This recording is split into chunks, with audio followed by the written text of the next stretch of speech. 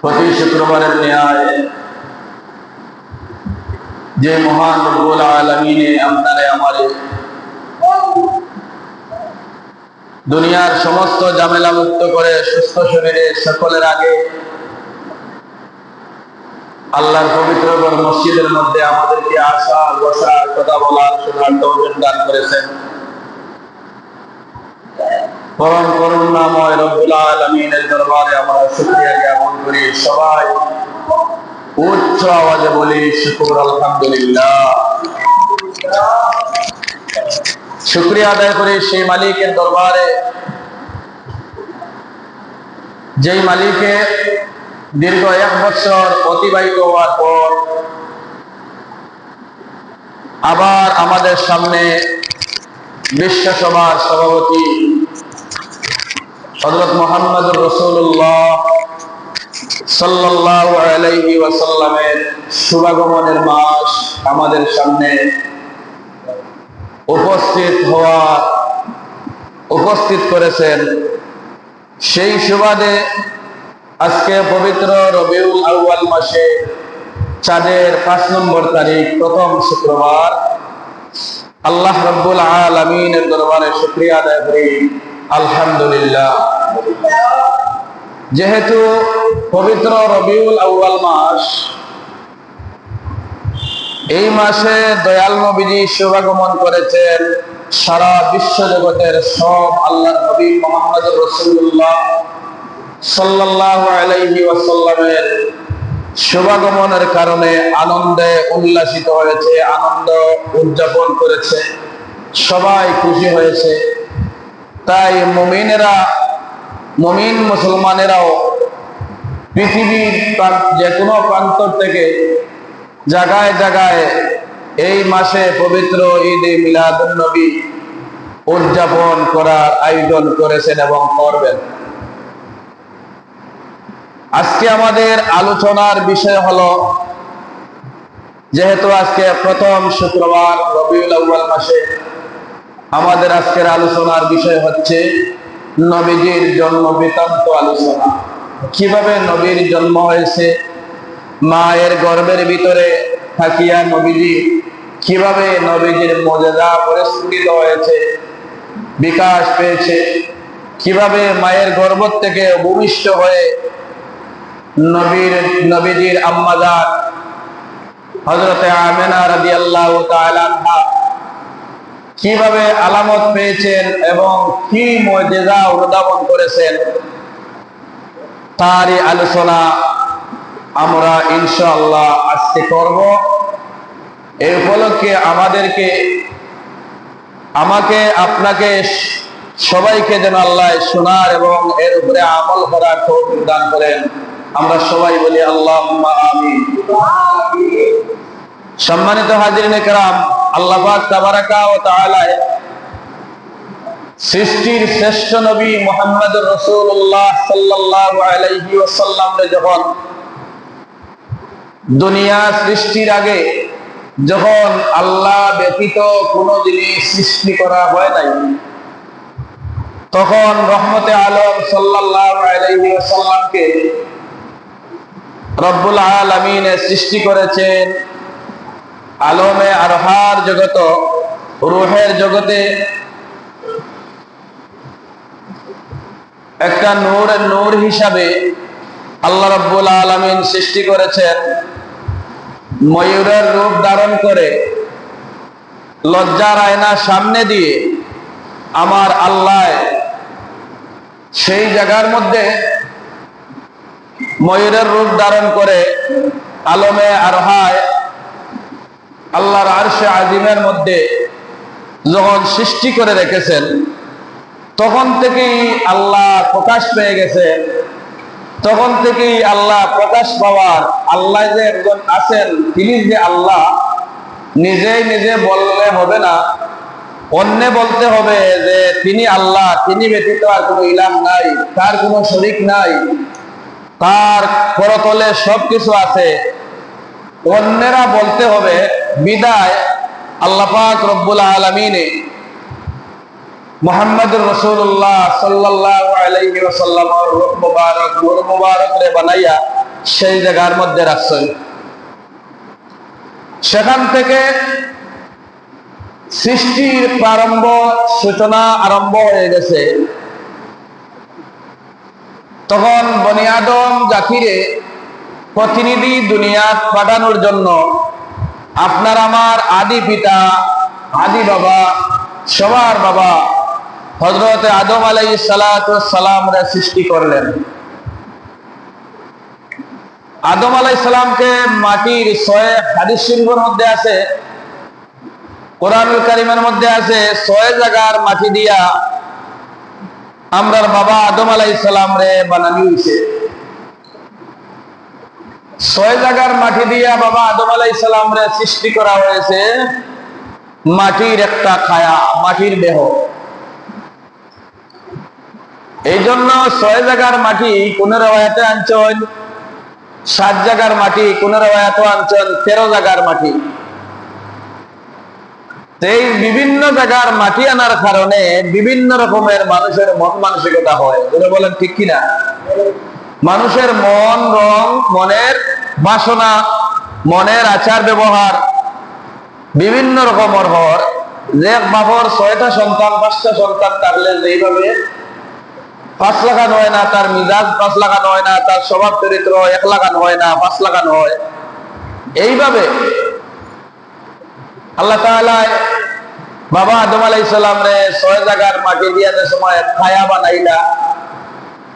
এখন ছায়ায় তো শুধু মানুষ গঠন হবে না, মানুষ হবে না, কথা বলবে না, খাইবে না, চাইবে না, পাইবে না, দেখবে না। তখন থেকে এই আদম আলাইহিস সালাতু ওয়াস সালামের রূহানি ভিতরে প্রবেশ করার লাগিয়া আল্লাহ পাক রব্বুল আলামিন নির্দেশ দিলেন। নির্দেশ দেওয়ার পরে আদম আলাইহিস সালামের রূহকে যখন নির্দেশ দিলেন তুমি ভিতরে যাও, তখন রূহানি ভিতরে প্রবেশ করলো। প্রবেশ করার সাথে সাথে আবার ভিতর থেকে দ্রুত গতিতে বের হয়ে আসলো। সুবহানাল্লাহ বলেন। হাদিস শরীফের মধ্যে এসেছে আদম আলাইহিস সালামের রূহানি প্রবেশ করা মাত্রই দ্রুত গতিতে আবার বের হয়ে আসলো। আবার আল্লাহ নির্দেশ করলেন রূহু তুমি আবার ভিতরে ছেড়ে যাও। কেন আসলে? আল্লাহ পাকের নির্দেশে আবার রূহানি যখন ভিতরে চলে গেল, আবার দ্রুত গতিতে চলে আসলো বের হয়ে। আল্লাহ বললেন কেন তুমি দ্বিতীয়বার আসলে? আবার চলে যাও। তখন রূহানি যখন আবার ভিতরে প্রবেশ করলো, তখন আবার তৃতীয়বার ভিতর থেকে বের হয়ে আসলো। আল্লাহ রাব্বুল আলামিন জিজ্ঞেস করলেন একবার নয়, দুইবার নয়, 3 বার তুমি ভিতরে প্রবেশ করলে, আবার দ্রুত গতিতে আমার অনুমতি ব্যতি রেখে অনুমতি ছাড়া তুমি ভিতর থেকে বের হয়ে আসলে, তার কারণ কি? রূহ ডেকে বলে মাবুদ গো, আমি অনেকদিন যাবত আমাকে সৃষ্টি করে রেখেছো, কিন্তু এত অন্ধকার কোনো জায়গা দেখি নাই যার ভিতরে এত অন্ধকার, যেখানে আমি আমারে নিজেই দেখতে পারি না, অন্য কিছুটা দূরের কথা, আমি নিজেই আমাকে আমি দেখতে পাই না। আমি কখনো এই অন্ধকার জগতের মধ্যে আমি থাকতে পারবো না। বলে সুবহানাল্লাহ। আল্লাহ রাব্বুল আলামিন মুস্কি হাসি দিয়ে বললেন বুঝেছি তুমি অন্ধকার জগতে থাকতে পারবে না, তাহলে তোমাকে আলোর ব্যবস্থা করে দিয়েছি। এই হচ্ছে নবীজি মুহাম্মদুর রাসূলুল্লাহ সাল্লাল্লাহু আলাইহি ওয়াসাল্লামের নূর মুবারক আলমে আরফার জগৎটা গিয়া স্থানান্তরিত হওয়ার পালা শুরু হয়ে গেছে। বাবা আদম আলাইহিস সালাতু ওয়াস সালামের কপালের মধ্যে যখন সেই নূর মুবারক নবী মুহাম্মদুর রাসূলুল্লাহ সাল্লাল্লাহু আলাইহি ওয়াসাল্লামের নূর মুবারক যখন রাখলেন, কপালের মধ্যে পেশানিতে রাখার সাথে সাথে আদম আলাইহিস সালামের সমস্ত ভিতরগুলা আলোয় আলোকিত হয়ে গেল। যখন আলোকিত হয়ে গেল, ভিতরে রূহানি প্রবেশ করলো। কি রে রূহ, এখন কি কোনো অসুবিধা আছে? বলে রব্বুল আলামিন আমার কোনো অসুবিধা নেই, এর চেয়ে আলো পৃথিবীতে আর কোনোদিন আমি দেখি নাই, দেখাও তুমি থাকো। তখন সমস্ত আলমে আরফার জগতে মানুষকে চিন্তা করব, যদি আল্লাহ তোমার বিচারে হয় তাহলে সে আমাকে চিন্তা করবে, নতুবা আমি তাকে মাটির মানুষকে সেজদা করব না। ঠিক কইল না বেঠিক কইল? বেঠিক কইছে। তার ভিতরে অহংকার আছে না? আল্লাহর হুকুম মানা ফরজ। এখন সে তার তকব্বুরের যন্ত্রণা বলছে যে আমি হলাম নূরের তৈয়ারি আর সে হচ্ছে আগুনের তৈয়ারি, মাটির তৈয়ারি, তাকে কেন আমি সেজদা করব? করলে তো সেই আমাকে সেজদা করত, আমি কেন? কিন্তু হাদিস শরীফে পাওয়া যায় এই যে যেটা শয়তান, এই শয়তান মুআল্লিমুল মালাইকা ছিল, উনি কিন্তু ফেরেশতা ছিল না, উনি ছিল জিন্নাত, উনি ছিল জিন জাতি। এই যে 50,000 বছর পর্যন্ত, 50,000 বছর আগে আমরা দুনিয়াতে আসার আগে জিন্নাতেরা আমাদের মতো সংসার করে গেছে। যেই ঘটনাটা আমি ইতিপূর্বে শুক্রবারে বলেছিলাম, জানি না আপনাদের মনে আছে কিনা। তারা আল্লাহর ইবাদত করতে অস্বীকার করে বসলো যে আমরা এতদিন আমরা ঠান্ডা পানি দি ওযু পড়াইছো, অনেক নামাজ পড়াইছো, অনেক রোজা রাখাইছো, অনেক উপবাস রাখাইছো, কিন্তু আমরা আজ থেকে আপনার নামাজ আর পড়বো না। নাউযুবিল্লাহ, আজ থেকে আমরা আর আপনার নামাজ পড়বো না। আল্লাহ বললেন নামাজ পড়বে না, তা কি করবে? বলে না, আমরা আর নামাজ পড়বো না। ও জিবরিল আমিন আলাইহিস সালামকে বললেন, জিবরাইল, ওরা যে বলছে আমার নামাজ, আমাকে আর সিজদা করবে না, নামাজ পড়বে না, ওরা কি বলে? জিবরিল আমিন বললেন, তোমরা কি নামাজ পড়বে না? বলে না, কখনো নামাজ পড়বো না। বলে জানো কার সাথে কি বলছো? বলে আমরা জানি, আল্লাহ যেটা পারে ওটা করিলেন। নাউযুবিল্লাহ। আল্লাহ রাব্বুল আলামিন বললেন, ফেরেশতারা রে, জিবরাইল তোমার বাহিনী লও সাথে, আর এলোপাতারি গদা লও হাতে, লইয়া গদা লাগাও। জিবরিল আমিন আলাইহিস সালাম এলোপাতারি গদা হাতে লইছে আর বাহিনী সকল সাথে লইছে, লইয়া দমছে বাড়ি আরম্ভ করছে।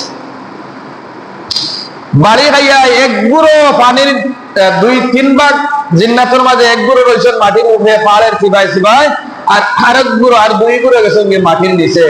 কিন্তু আমরা হিগুলারে মাটির উপরে কিন্তু কই গীতা জিন্নাত, আর হিগুল তোরে কই মাত্তা কই নানি, পানির তলর মাত্তা কই আমরা।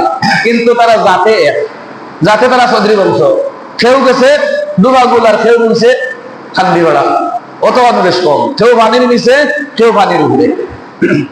সম্মানিত হাজিরিন, লম্বা ঘটনা, আমি এদিকে আর যাচ্ছি না, কারণ সময় সংকীর্ণ, স্বল্পতার কারণে অনেক কিছু বলতে পারি নাই। আল্লাহ রাব্বুল আলামিন ওই শয়তানরে ফেরেশতা বলে নিয়া বড় অসহায় দেখিয়া তারে লালন পালন করছিল। ফেরেশতা বল দিয়ে আল্লাহ তাআলা লালন পালন করছে, আর তার এটা ইবাদত বন্দেগী দেখিয়া ফেরেশতা বল লজ্জিত হয়ে গেছেন তার কাছে, যে আমরা তো সারা দিন 24 ঘন্টা আল্লাহর ইবাদত বন্দেগী করি, কিন্তু তার মতো তো এত নিগুড় তত্ত্ব ইবাদত বন্দেগী আমরা করতে পারি না। তাহলে তাকে অবশ্যই আমাদের নেতা বানানোর দরকার। আল্লাহ তাআলা তাকে নেতা বানায়া দিলা। আসলে সে ফেরেশতা নয়, সে হইল জিন্নাত, সে আগুনের তৈয়ারি, আর আমরা হচ্ছি নুতফার তৈয়ারি, আর ফেরেশতারা হচ্ছেন নূরের তৈরি। আল্লাহ রাব্বুল আলামিন বলেন, ফাল্লাযীনা আমানু বিহি নাসারুহু ওয়াত্তাবাউন নূরাল্লাযী উনজিলা বিহি মাহু উলাইকা হুমুল মুফলিহুন।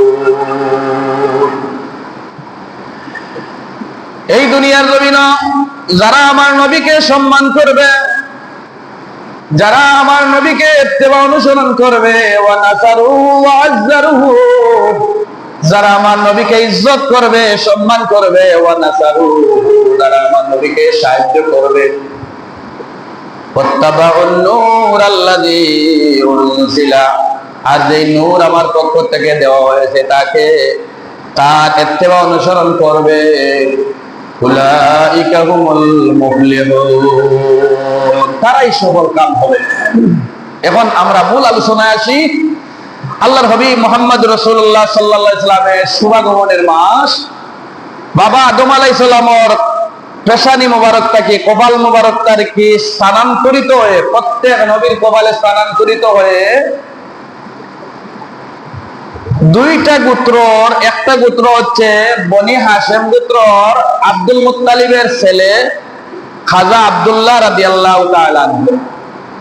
নবীজির আব্বার নাম কি? সবাই বলেন কি? খাজা, জোরে বলেন কি? খাজা আব্দুল্লাহ। কইতে লজ্জা করেনি? জোরে কইবা, খাজা আব্দুল্লাহ রাদিয়াল্লাহু তাআলা আনহু। আর বনি জোহরা গোত্রের ওয়াহাব, আব্দুল ওয়াহাব, ওয়াহাবের মেয়ে বিবি আমেনা রাদিয়াল্লাহু তাআলা আনহা। এই দুইটা সম্ভ্রান্ত ফ্যামিলি। দেখেন ভাইরা আমার, এমন সম্ভ্রান্ত ফ্যামিলি, নিখুঁত ফ্যামিলির মধ্যে নিখুঁত ভাবে বিবাহ সম্পন্ন করেছেন স্বয়ং আল্লাহ রাব্বুল আলামিন। প্রথমেই সিলেক্ট করিয়া রাখছেন।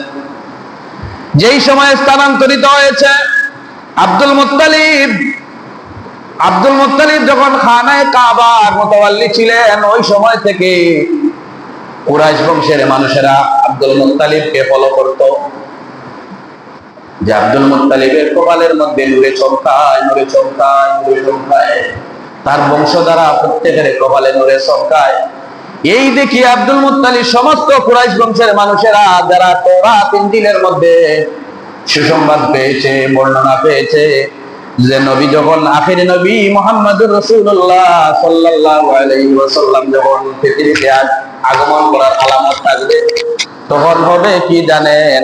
তার বংশের মানুষের কপালে কপালে স্থানান্তরিত হইয়া বাবা থাকবে যার নাম ইনজিলের মধ্যে, তাওরাতের মধ্যে লেখা আছে, তার বাবার নাম হবে আব্দুল্লাহ আর তার মার নাম হবে আমেনা। তখন থেকে তাওরাত, ইনজিল, কোরআনুল কারীম আল্লাহ নাযিল করার আগে পৃথিবীর জমিনের মধ্যে তাওরাত, ইনজিল, জবুর সময়ে সময়ে যুগে যুগে আল্লাহ প্রেরণ করেছেন। একজন নবীকে দান করেছেন, মুসা নবীকে দান করেছেন তাওরাত, ঈসা নবীকে ইনজিল, দাউদ আলাইহিস সালামকে জবুর, আর আপনার আমার প্রিয় নবী মুহাম্মদুর রাসূলুল্লাহ সাল্লাল্লাহু আলাইহি ওয়াসাল্লামকে আল্লাহ দয়া করে দান করেছেন কোরআনুল মাজিদ। বলেন আলহামদুলিল্লাহ। সেই তাওরাত এবং ইনজিলের মধ্যে বর্ণনা পেয়েছে, খবর পেয়েছে তারা যে আমেনা হবে, আব্দুল্লাহ হবে বাবার নাম, আর মার নাম হবে আমেনা। এই সূত্রে কিন্তু দাদার নাম উল্লেখ করা হয় নাই। দাদা কে হবে, কার ছেলে কে হবে বাবা, আর কার মেয়ে কে হবে মা। এই সূত্রে যখন খাজা আব্দুল মুত্তালিবের কপাল থেকে আব্দুল মুত্তালিব ইন্তেকালের পরে স্থানান্তরিত হয়ে যখন খাজা আব্দুল্লাহর কপালের মধ্যে আসলো, তখন খাজা আব্দুল্লাহ রাদিয়াল্লাহু তাআলা আনহু যখন রাস্তার দিকে যাইতেন, তখন মক্কা নগরীতে সমস্ত মেয়েরা, সুন্দর সুন্দর মেয়েরা, কেহ আবার রাস্তার পাশে দাঁড়াইয়া থাকতো, কেহ যার বিল্ডিং আছে বিল্ডিং এর ছাদের উপরে তাকাইয়া থাকতো যে আব্দুল্লাহ নি আমার দিকে একটু তাকায়। আমরা তাওরাত ইনজিলের মধ্যে খবর পাইছি যে বিশ্বনবী মুহাম্মদুর রাসূলুল্লাহ সাল্লাল্লাহু আলাইহি ওয়াসাল্লাম, মহানবী মুহাম্মদুর রাসূলুল্লাহ সাল্লাল্লাহু আলাইহি সাল্লাম যার গর্ভের ভিতরে আসবেন তিনি হবেন সবচাইতে স্বনামধন্য মহিলা, স্বনামধন্য পুরুষ। সমস্ত মেয়েরা ছাদের উপরে দাঁড়াইয়া থাকতো, গাছের ডালে দাঁড়াইয়া থাকতো। আব্দুল্লাহ নি একবার তা আমার দিকে তাকায়, আমাকে নি তার পছন্দ হয়, সে নি আমাকে বিয়ার লাভ দেয়। যদি একটা বার বলে তাহলে তার বাড়িতে আমি গিয়া বসে অনশন দিব। একটা বার নি আমার দিকে লক্ষ্য করে সেই দিকে তারা ঘুরতে ঘুরতে যখন আব্দুল্লাহ কোনো দিকে খেয়াল করে না, শুধু বাবা লোকে যখন ব্যবসার মধ্যে চলে যায়, আব্দুল মুত্তালিবের সাথে যখন ব্যবসার মধ্যে চলে যায়, তখন হাদিস শরীফের মধ্যে আছে, কিতাবের মধ্যে লেখেন নবীজির দাদা আব্দুল মুত্তালিব আর নবীজির নানা হইলে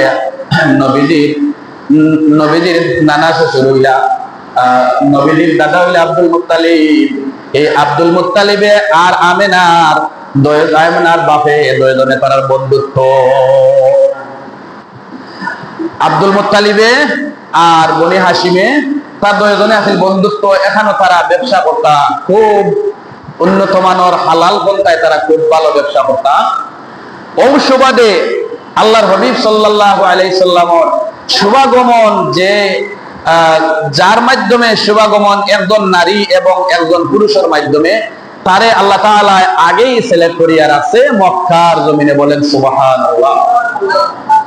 সেই সময় এই মক্কা নগরীতে কত হাজার হাজার আমেনা ছিল, কিন্তু কোন আমেনা, সব আমেনাই এমনি শুনেছি, কিন্তু মার নাম হবে আমেনা, কিন্তু সব আমেনা নামক মেয়েরা ছাদের উপরে দাঁড়ায়, রাস্তার কিনারে দাঁড়ায়, আব্দুল্লাহ একবার তো চায়, কিন্তু না না, যার নাম সিলেক্ট হয়েছে আল্লাহর দরবারে, তাকেই তো আল্লাহর নবীর মা হিসাবে, বাবা হিসাবে কবুল করবেন।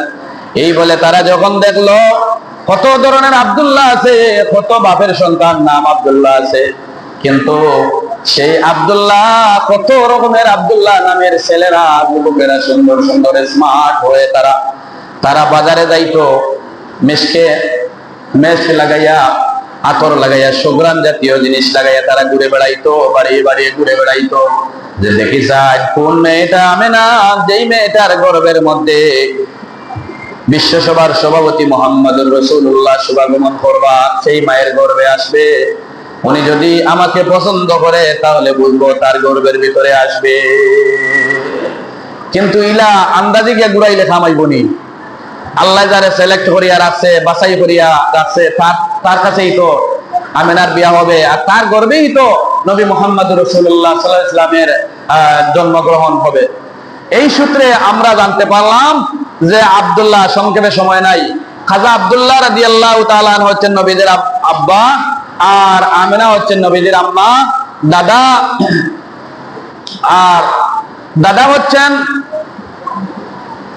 দাদা হচ্ছেন আব্দুল মুত্তালিব, খাজা আব্দুল্লাহর বাবা আব্দুল মুত্তালিব, আর নবীদের দাদা আব্দুল মুত্তালিব, আর আমেনার বাবা হচ্ছেন ওহাব, বনু জোহরা গোত্রের ওহাব। এরা সম্ভ্রান্ত ফ্যামিলি, এরা নিখুঁত ফ্যামিলির মানুষ, যারা বর্তমান সময়ে একগুলো আলিম নামদারি শয়তানের দল উষা টকি দিয়া, বড় বড় দাসা লাগাইয়া তারা বয়ান করবা, আপনারা শুনবাই, যুবক ভাই হল খেয়াল করবাই, যে তারা কইব নবীজির মা বাপ জাহান্নামী না বেস্তি? আপনারা সবাই বলেন বেস্তি না দুজকি? বেহেস্তি। তারা বলে কি জাহান্নামী, তারা বলে দুজকি নবীজির মা বাপ। ওয়া নাউযু বিল্লাহি মিন যালিক, লানাতুল্লাহ। আল্লাহ তাআলারে হেদায়েত করুকা, আর যদি হেদায়েত নসিব না হয় তাহলে তারারে আল্লাহ এই জাতিরে বিভ্রান্তিকর রাস্তাটা কিয়া ওরাটা কি আল্লাহ তারারে ধ্বংস করুক, ঠিক কি না? নতুবা আল্লাহ তাআলারে হেদায়েতে কামিলা, হেদায়েতে তাম্মা নসিব করুক। যখন আব্দুল্লাহর একদিন শত শত মেয়েরা যখন ছাদের উপরে দাঁড়ায় থাকতো, রাস্তার কিনারায় দাঁড়ায় থাকতো, হঠাৎ করে একদিন যখন বিবাহের পয়গাম বনি হাশেম এবং খাজা আব্দুল মুত্তালিব যখন ব্যবসার মধ্যে গেলেন, তখন সেখানে তারা এমন একটা আলোচনা গোপনের জায়গায় বসিয়ে বলল যে ভাই আজকে রাতে একটা স্বপ্নে দেখেছি। কি স্বপ্ন? বলে ভাই এইরকম স্বপ্ন দেখেছি আমি। আব্দুল ওয়াহাবে কইন আমিও স্বপ্ন দেখছি। বলে ভাই তুমি তো আর আমি দুইজনে অন্যর বন্ধু, তাহলে আমরা আমার নাতির জন্য, আমার ছেলের জন্য তোমার মেয়ে আমার ছেলের জন্য দিতে পারো? বলে হ্যাঁ অবশ্যই, আমার মেয়ে তোমার ছেলের জন্য দিতে পারি। সুবহানাল্লাহ। তখন বিয়ার দিনদার্য হয়েছে, যখন তারা সেইখানের মধ্যে তার দিনদার্য করা হয়েছে, আলাপ আলোচনা হয়েছে, মক্কার ঘরের মধ্যে যখন আব্দুল মুত্তালিব আসলেন এবং বনু জোহরা গোত্রের বনু আব্দুল ওয়াহাব যখন ওনার বাড়িতে গেলেন, তখন খাজা আব্দুল্লাহর কাছে যখন বিয়ার পয়গাম লইয়া দেওয়া হয়, তখন আব্দুল্লাহ রাদিয়াল্লাহু তাআলা আনহু বলেন আমি কিছু বলতে পারবো না, আমার বাবার কাছে যাও। কত রায় বারো বলাইন যে আমার একটা মেয়ে আছে আমেনা, আমার একটা মেয়ে খুব সুন্দর, আপনি দেখলেও মন গলি দিব আপনার, আপনি আমার মেয়েটারে। তখন তাই কই আমার বাবার কাছে দাও, আব্দুল মুত্তালিবের কাছে দাও। যখন আব্দুল মুত্তালিবের কাছে দেওয়া হয় তখন বলেন, না, আমার ছেলের এখনো বিয়ার সময় হয় নাই, আমার ছেলের বিয়ার সময় আগামীতে আছে, যে সময় হুকুম হবে সেই সময় আমি যার কাছে যাকেই হোক তাকে আমি পারমিশন দিয়ে দিব, তাকেই আমার ঘরে আমার পুত্রবধূ হিসাবে গড়ে তুলে দিব, এখন আমি কোনো কথা দিতে পারবো না। যাই হোক, আল্লাহর হুকুম অনুযায়ী, খোদার বিধান অনুযায়ী খাজা আব্দুল্লাহ রাদিয়াল্লাহু তাআলা আনহু আর বিবি আমেনা রাদিয়াল্লাহু তাআলা আনহার বিবাহ কাজ, পবিত্র বিবাহ কাজ সম্পন্ন হয়ে গেল। সুবহানাল্লাহ। বিবাহ সম্পন্ন হওয়ার পরে থেকে যখন তারা আনন্দ মুহূর্তের বাসর রাত্রি আরম্ভ হয়ে গেল, সেই রাত্রিতেই, প্রথম রাত্রিতেই আপনার আমার প্রিয় নবী মুহাম্মদুর রাসূলুল্লাহ সাল্লাল্লাহু আলাইহি ওয়াসাল্লামের নূর মুবারক মা আমেনার রহমের মধ্যে প্রবেশ করলো। বলেন সুবহানাল্লাহ। সম্মানিত হাজিরিন, যখন বিবি আমেনার গর্ভের মধ্যে, রহমের মধ্যে যখন খাজা আব্দুল্লাহর পেছানি থেকে, কপাল মোবারক থেকে যখন সেই নূর মুবারকটা রহমের মধ্যে প্রবেশ করলো, তখন পরের দিন থেকে রাস্তার দিকে যখন খাজা আব্দুল্লাহ ব্যবসার মধ্যে যায়, বিভিন্ন জায়গায় যান, তখন একটা মেয়ে আর তার দিকে তাকায় না। প্রতিদিনের ন্যায় যখন রাস্তার কিনারে দাঁড়িয়ে থাকতো যে আব্দুল্লাহ এই টাইমে তো এইদিকে আসে, উত্তর দিকের রাস্তার মেয়েরা যখন বলে আব্দুল্লাহ এই টাইমে তো এইদিকে আসে, যখন তারা সিরিয়াল বান্ধে এক এক করিয়া যখন দাঁড়াইয়া থাকতো, তখন আব্দুল্লাহ যখন এক এক করিয়া এক একটা মেয়ের যখন ক্রস করিয়া রওনা দিতা, তখন কপালের দিকে তাকাইয়া নড়ে চমকায় না, চমকায় না। তখন আব্দুল্লাহ রে দাঁড়াইয়া কিতাবের মধ্যে লেখন দাঁড়াইয়া বলেন, তুমি কি সেই আব্দুল্লাহ না? সেই আব্দুল্লাহ না যে আব্দুল্লাহর কপালে নূরে চমকাইতো? বলে, হ্যাঁ, আমি সেই আব্দুল্লাহ, আমি সেই আব্দুল্লাহ। বলে, তাহলে আজকে কেন তোমার কপালে নূর নেই? বলে, আমি বলতে পারবো না আমার কপালে নূর কেন নাই, তবে সেটা বলতে পারবো যেদিন আমার বিয়া সম্পন্ন হয়েছে, আমি বাসর রাত্রি পালন করেছি, ওই রাত্রির ভোর থেকেও আমার কপালের মধ্যে আর কোনো নূর নাই। বলেন সুবহানাল্লাহ। তখন বুঝতে পারলো যে বিবি আমেনার রহমের মধ্যে এটা চলে গিয়েছে, যার কারণে আল্লাহ তাআলা এই পেশানির থেকে নূরটা যখন স্থানান্তরিত হয়ে গেছে, তখন আর একটা মেয়েও আর তখন পরের দিন থেকে আর আব্দুল্লাহর দিকে তাকায় না। এবং ভালো হচ্ছে না খারাপ হচ্ছে? ভালো না খারাপ? আল্লাহ তাআলা একটা ইশকের বাতি জ্বালাইয়া দিয়েছিলেন, স্বনামধন্য একজন মানুষ রহমের মধ্যে নেওয়ার জন্য কত মহিলারা আগ্রহ ছিলেন, আর আমেনাকে বিয়া করার জন্য কত পুরুষ আগ্রহ ছিলেন। সেই আগ্রহটা আল্লাহ নিবাইয়া দিয়েছেন কপাল থেকে নূর মুবারক নবীজির স্থানান্তরিত করিয়া। যদি সেই নূরের প্রতি আকর্ষণ না থাকতো, তাহলে খাজা আব্দুল্লাহর সৌন্দর্যে সব মেয়েরা নূর রহমের ভিতরে যাওয়ার পরেও আব্দুল্লাহর প্রতি সেই সমস্ত মেয়েরার আকর্ষণ থাকতো, তারা পরক্রিয়ার মধ্যে লিপ্ত হয়ে যেত। বলেন ঠিক কিনা? কিন্তু আল্লাহ তাআলা তার প্রতি একটা ঘৃণা জন্ম দিয়েছে, নূর মুবারক নাই, যেটার কারণে তোমার প্রতি আমার ভালোবাসা এবং আবেগ ছিল, আবেগ আপ্লুত হয়েছিলাম, সেটা তো তোমার কাছে নাই। সেই বল তুমি কোথায় রাখলে? তাহলে আজ থেকে আমি আর তোমার দিকে তামাবো না। তখন যার তার বাসভবনে চলে গেছে, আর এদিকে তাকায় না। এটা তো আল্লাহর দরিদানি, আল্লাহর লীলা খেলা এটা সব। সম্মানিত হাজরিন, বিবি আমেনা বলেন, কিতাবের মধ্যে লেখা, বিবি আমেনা বলেন, আমি যখন আমার সন্তান রহমের মধ্যে যখন অনুভব করলাম আমার রহমের মধ্যে আমার সন্তান আসছে, কি যেন একটা অনুভব করতে আছি, সুবরান এবং শান্তি অনুভব করতে আছি। আর একদিন, দুই দিন, 3 নম্বর রাত্রিতে যখন আমার কানে গাইবি আওয়াজ আসলো যে আমেনা গো, তুমি তোমার গর্ভধন্য, তুমি এমন এক বিশ্বজ্যোতি আলোর আভা তোমার গর্ভে ধারণ করেছো, যিনি হবেন সৃষ্টির সেরা, সৃষ্টির প্রথম এবং আগমনের শেষ, এরপরে আর কেউ আগমন হবে না, যিনি হবেন রহমতুল লিল আলামিন, যিনি হবেন রহমতে আলম সাল্লাল্লাহু আলাইহি ওয়াসাল্লাম। সুবহানাল্লাহ। এই আওয়াজ শুনিয়া বিবি আমেনা তখন থেকে ভয়ে ভয়ে তর কাঁপতেছেন যে আমি এমন একটা গাইবি আওয়াজ আসলো, যে আওয়াজটা আল্লাহর পক্ষ থেকে ছাড়া আর কোনো আওয়াজ আসবে না। এমন একটা সম্পদ আমার গর্বের ভিতরে আসলো, সেটার কদর নিয়ে আমি করতে পারি আর সম্মান নিয়ে আমি দিতে পারি, আর যার দরুন হলো আমি কখনো আর বিলম্ব করব না। আমেনা বলেন, আমি যখন এই আমার সন্তান যখন দেহের মধ্যে আসলো, তখন আমি ঘর থেকে যখন বের হলাম, তখন দেখি আমার ঘরের সামনে আকাশের মেঘমালা আসিয়া দাঁড়াইয়া রইছে। সুবহানাল্লাহ। ছায়া দিয়া ছায়া আসিয়া দাঁড়াইয়া রইছে। রোদ্রের মাঝে আমি বার হইলাম, রোদ্রের ছায়া আবার ছায়া দিতেছে মেঘমালায়। যখন আমি কিছু দূর গেলাম, গিয়া দেখি বিশাল একটা পাথর। ওই পাথরটা আমি যখন পাড়া দিলাম, ওই পাথরটা মোমের মতো গলিয়া গেল। সুবহানাল্লাহ। কেন গেল? নবী মুহাম্মদুর রাসূলুল্লাহ সাল্লাল্লাহু আলাইহি সাল্লাম মায়ের রেহেমের মধ্যে আওয়ার কারণে ওই সম্মানে সম্মানিত হয়েছেন। বিবি আমেনা বিদায় পাথরও সম্মান দিয়েছে। বিবি আমেনারে বলেন, আমি যখন বালতি লইয়া কুয়ার মধ্যে পানির লাগিয়ে গেলাম, রশি নিলাম, আমি 10 গজ 20 হাত রশি নিলাম কুয়ার মধ্য থেকে পানি তোলার জন্য। তখন দেখলাম যে আমি যেই মুহূর্তে কুয়ার ধারে গেলাম, যাওয়ার পরে দেখলাম আমার রশির কোনো প্রয়োজন হয় নাই। কুয়ার মুখের মধ্যে আসিয়া পানি থই থই করতেছে, ঢেউ ফেলতেছে।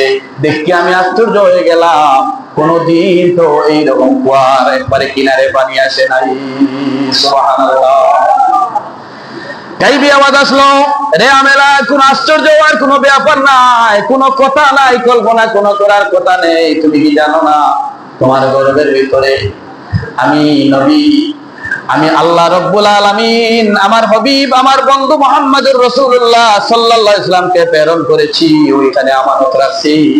সেই বন্ধু মুহাম্মদুর রাসূলুল্লাহর কারণে তোমার 20 হাত গভীর গর্তের কূপের পানি আজকে কিনারে, তোমার হাতের কিনারে উঠে গেছে। বলেন আল্লাহু আকবার। আর পাথর কেন নরম হলো? যেই নবীর সম্মানে যদি মা কষ্ট পায়, তাহলে একটা পাথরে যদি উষ্টা খায়, তাহলে পেটে যখন সন্তান থাকবে, মায়ের কষ্ট পাইলে সন্তানে পাইব। যেই জায়গার মধ্যে বিবি আমেনায় পাড়া দেন, যেই জায়গার দিকে তাকান, সেই জায়গাটা সুন্দর একটা জিনিসে পরিণত হয়ে যায়। পাথর মোমের মতো নরম হয়ে গেছে। কিতাব লেখন আমেনার পায়ের চিহ্ন পর্যন্ত পাথরে পড়ে গেছে। সুবহানাল্লাহ। আমেনা বলেন, আমি যখন ঘরের মধ্যে আমার সন্তান গর্ভধারণ করিয়া চিন্তা করি কি সময় কি হবে, আমার ঘরে তো কোনো ধরনের আলো নাই, তখন অনুভব করি আর চিন্তা করিয়া থাকি। তখন দেখা যায় যে অন্ধকার ঘরে মিটি মিটি হাসি তারার মতো জলমল করতে থাকে। আর আকাশের দিকে তাকাই, দেখি আকাশের তারকাগুলা আমার ঘরের দিকে লাইট মারতে আসে। সুবহানাল্লাহ। এই সময় মার গর্ভের ভিতরে নবীজি, মার রেহেমের ভিতরে নবী আছেন, এখনো ভূমিষ্ঠ হন নাই, জন্মগ্রহণ করেন নাই। আরো অনেক লম্বা আছে। আগামী শুক্রবারে 4 শুক্রবারে খালি নবীদের আলোচনা হইব। এই মিলাদুন নবীর মাস রবিউল আউয়াল মাসের আজকে 5 নম্বর দিন, আর প্রথম জুমা আরো 3 জুমা আমরা আলোচনা করব। ধারাবাহিকতা আপনারা চেষ্টা করবা সব আগে আপনারা খামফাস হইয়া বন্ধ থাকি আরো আধা ঘন্টা আগে আওয়ার আইয়া গোসল উসল করিয়া সুন্দর পোশাক করিয়া মসজিদে আওয়ার আইতাম পারমু তো আমরা ইনশাআল্লাহ। আমরা দুরূদ শরীফ পড়ি। আল্লাহুম্মা সাল্লি আলা সাইয়্যিদিনা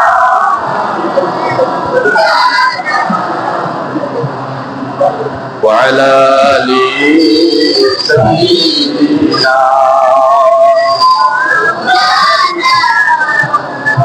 আল্লাহুম্মা সাল্লি আলা সাইয়্যিদিনা মাওলানা মুহাম্মদ ওয়া আলা আলি সাইয়্যিদিনা।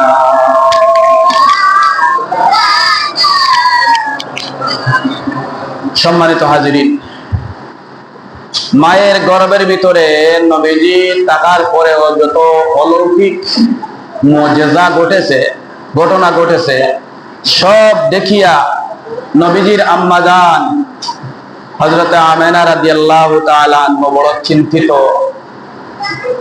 একদিকে খুশি যে বিশ্ব নবী মুহাম্মদ রাসূলুল্লাহ সাল্লাল্লাহু আলাইহি ওয়াসাল্লাম আমার রেহেমের মধ্যে আর আমি হচ্ছি বিশ্বসভার সভাপতি মুহাম্মদ রাসূলুল্লাহর আম্মা, সুনামধন্য সন্তানের সুনামধন্য মা। এই আনন্দে আর কোন ধরনের চিন্তা থাকে না, সব দূর হয়ে যায়। হযরত আমেনা বলেন, আরে দুনিয়ার মানুষ, আমার সন্তান মুহাম্মদ রাসূল সাল্লাল্লাহু আলাইহি সাল্লাম যখন আমার গর্ভে, তখন আমি কোন ধরনের কষ্ট অনুভব করি নাই।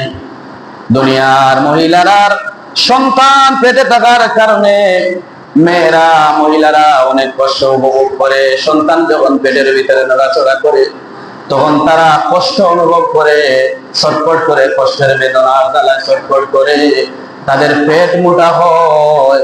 কিন্তু আমি নবীর আম্মা আমেনা কসম, আল্লাহর কসম খেয়ে বলি, আমার সন্তান যখন আমার পেটের ভিতরে আছে আমি কইতে পারবো না, বলতে পারবো না আমার দুনিয়ার সমস্ত মহিলার মতো আমার পেট মোটা হয় নাই, এবং গর্ভধারণের যে একটা কষ্ট আছে সেই কষ্ট পর্যন্ত আমি আমেনা অনুভব করতে পারি নাই। সুবহানাল্লাহ। দুনিয়ার মহিলারা যেইভাবে সন্তান জন্ম দিলে একটা প্রসবের বেদনা হয়, কিন্তু আমি অনুভব করতে পারি নাই, আমি জানতে পারি নাই। কে জানি আমাকে এত আরামে রাখছে, আর হঠাৎ করে দেখি আমার পেটের ভিতর থেকে দুই পায়ের মাঝখান দিয়ে একটা নূর বের হয়ে গেছে। সেই নূরের আলোতে সামদেশের সিরিয়ার বিল্ডিং পর্যন্ত দেখতে পেয়েছি। বলেন সুবহানাল্লাহ। সামদেশে সিরিয়ার সমস্ত বিল্ডিং পর্যন্ত সেই আমার সন্তানের তার শরীরের আলোয় আলোকিত হয়ে গেছে। সেখানে কতটা জানালা আছে, কতটা দরজা আছে, কোন দরজার সামনে কোন মানুষটা আছে তার চেহারা পর্যন্ত আমি মক্কা মুকাররমা থেকে, আমার গোর থেকে, খেজুর পাতার ছাউনির গোর থেকে আমি দেখতে পেয়েছি। বলেন সুবহানাল্লাহ। এরপরে বিবি আমেনা বলেন, আমি যখন সন্তান প্রসবের সময় দুনিয়ার মহিলাদের খবর জানি, তখন আমার ভিতরে আসলো আমি তো একা, ঘরে তো আর কেউ নাই। তখন আমি কি করি, এমন সময় দেখি ওয়াসিয়াতু মারিয়ামু ফি নিসওয়াতিন মিনাল হাজিরাতিল কুদসিয়া, কিতাবের মধ্যে লেখন তিনজন মহিলা আল্লাহ নবীর মার ঘরের মধ্যে উপস্থিত হয়ে গেছে। সুবহানাল্লাহ। একজন হচ্ছে আইয়ুব আলাইহিস সালামের স্ত্রী রহিমা, দুই নম্বর হচ্ছেন হযরতে মরিয়ম ঈসা আলাইহিস সালামের মা মরিয়ম, তিন নম্বর হচ্ছে ফেরাউনের স্ত্রী আসিয়া। ওয়াসিয়াতু মারিয়ামু ফি নিসওয়াতিন মিনাল হাজিরাতিল কুদসি, আমরা খুতবার মধ্যে পড়ি এই তিনজন মহিলারে আল্লাহ তাআলা আমেনার ঘরে পরিচারিকা হিসাবে খেদমতের জন্য আল্লাহ আমেনার ঘরে প্রেরণ করেছে। বলেন আল্লাহু আকবার। হযরতে হাজরিন کرام, তিনজন মহিলা যখন আসলো, কিন্তু আমেনা তো ওদেরকে চিনেন নাই। কে গো তোমরা, মুসিবতের সময় আমার পাশে আইয়া দাঁড়াইলাই, তোমাদের পরিচয় আমি জানতে হবে, পরিচয় না দেওয়া পর্যন্ত তোমরা আমার গায়ে হাত দিবে না। আমেনা ডেকে, মরিয়ম ডেকে বলে, ওগো আসিয়া, ওগো আমেনা, ওগো দয়াল নবীর আম্মা, তুমি আমারে চিনো নাই? আমি হচ্ছি ঈসা নবীর মা মরিয়ম, স্বয়ং আমার আল্লাহ আপনার খেদমতে আমাকে প্রেরণ করেছেন। আরেকজন বলে, আমি হচ্ছি ফেরাউনের স্ত্রী আসিয়া, আল্লাহ তাআলা আমাকে জানাই দিয়েছেন তুমি যেন আমার দয়াল নবীর, আমার বন্ধু নবীর মা আমেনার ঘরে সেবার জন্য চলে যাও। তিন নম্বর হচ্ছে রহিমা, ডাক দিয়ে বলেন যে তুমি যাও, আমার বন্ধু নবী মুহাম্মদ রাসূলুল্লাহর মা আমেনার ঘরে যাও। আমার বন্ধু দুনিয়ার জমিনে শুভাগমন করতেছেন, আমার বন্ধুর মা আমেনা যেন কোন ধরনের সন্দেহ এবং ভয় অনুভব করতে না পারে।